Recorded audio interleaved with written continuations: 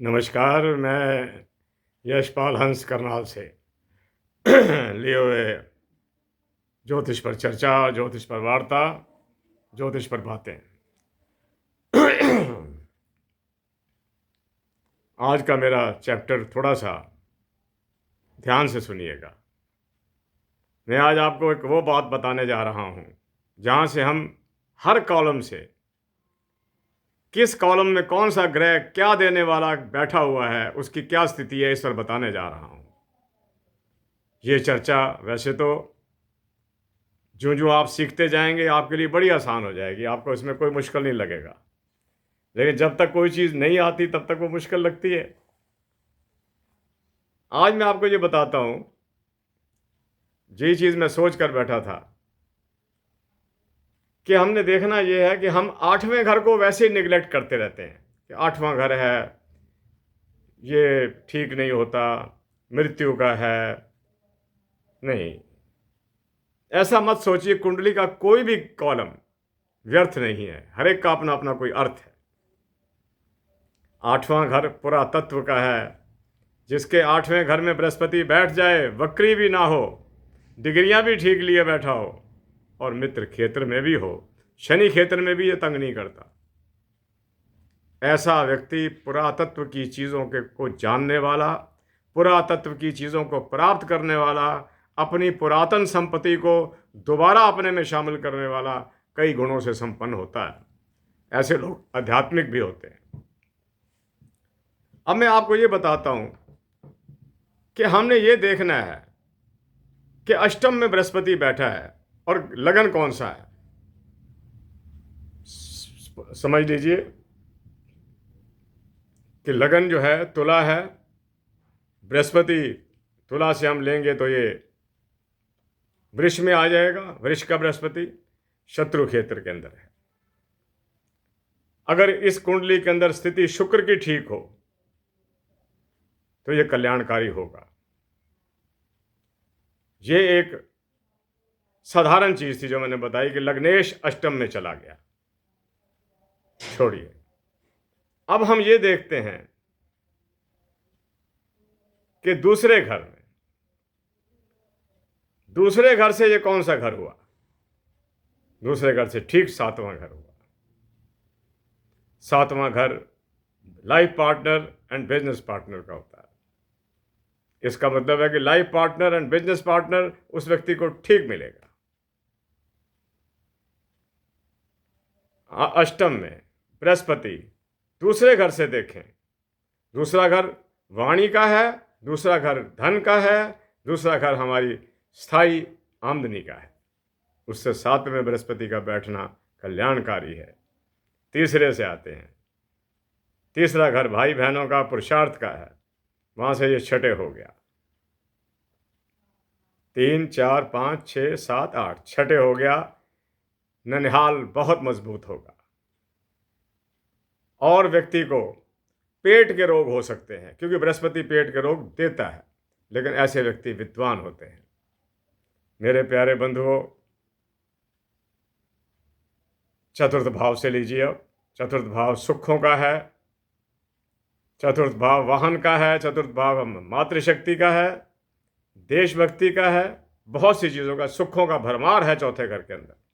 चौथे से 4 5 6 7 8 ठीक 5वें हुआ। 5वां घर प्रथम त्रिकोण आया। चौथे घर से प्रथम त्रिकोण के अंदर बृहस्पति बैठा हुआ है, कल्याणकारी होगा, सुखों की वर्षा करेगा, क्योंकि इसकी दृष्टि भी पड़ रही है, नवम दृष्टि भी पड़ रही है चतुर्थ भाव के ऊपर। पंचम भाव से चतुर्थ हो गया। पंचम भाव ज्ञान का, त्वरित बुद्धि का, उत्तम निर्णय का होता है। वहां से चतुर्थ प्रथम केंद्र हुआ। क्या बुरा होगा? बिल्कुल बुरा नहीं होगा। मत सोचिए कि अष्टम भाव में बैठा हुआ बृहस्पति अष्टम भाव में बैठा हुआ कई गुण देने की क्षमता रखता है। ऐसे व्यक्ति दूरंदेश होते हैं।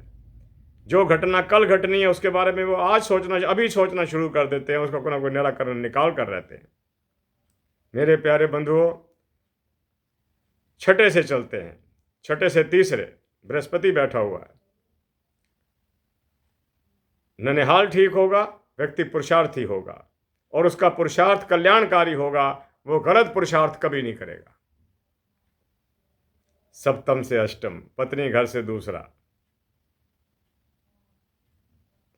बिल्कुल ठीक। जब ये ऐसे बढ़िया बढ़िया प्लैनेट अच्छे क्षेत्रों में चले जाते हैं तो हमें बहुत सुख देते हैं। सप्तम से दूसरे हो गया, life partner and business partner से सेकंड हाउस, ऐसे लोगों को पत्नी भी बहुत अच्छी मिलती है और life partner and business partner दोनों चीज़ें इनकी ठीक रहती हैं। अष्टम में अब हम नवम से आते हैं, द्वादश के अंदर। अष्टम में तो बृहस्पति स्वयं विराजमान है ही है। हम नवम भाव से आते हैं, धर्म क्षेत्र से आते हैं, हम भाग्य स्थान से आते हैं। अष्टम के अंदर, द्वादश के अंदर बृहस्पति बैठ गया, व्यक्ति दानी भी होगा। व्यक्ति का बस चलेगा तो करेगा, ना बस चले तो नहीं करेगा। अगर उसका बस चलता है वो दान करेगा। ज्ञानवान होगा। अपनी वृद्धावस्था के अंदर ऐसे लोग अपना बहुत सा सामान जो उनके जरूरत का नहीं होता दान कर दिया करते हैं। दशम से, 10वें घर से 11वें हो गया ना, कोई धन की कमी नहीं रखेगा, कोई धन की कमी नहीं रखेगा। धन रहेगा क्योंकि बृहस्पति धन का, सोने का, इन चीजों का मालिक है। गोल्ड का ओनर है, दौलत का मालिक है, ज्ञान का मालिक है, प्रतिष्ठा का मालिक है, समाज में प्रसिद्धि का मालिक है।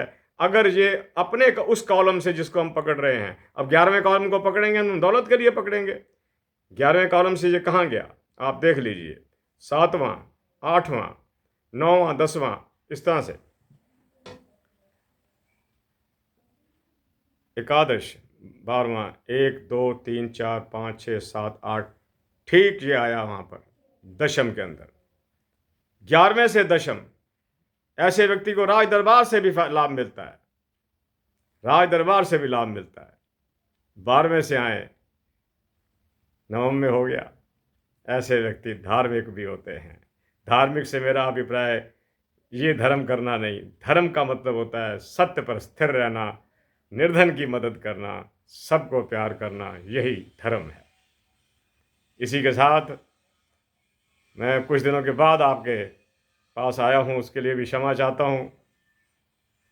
कोई ना कोई काम पड़ जाता है तो कई बार चला जाता हूँ, लेकिन मन तो नहीं होता। मन तो होता है जहाँ बैठे हैं रिकॉर्डिंग कर दें, लेकिन नहीं हो पाती। माता सरस्वती की जब तक कृपा नहीं होती तब तक नहीं हो पाता।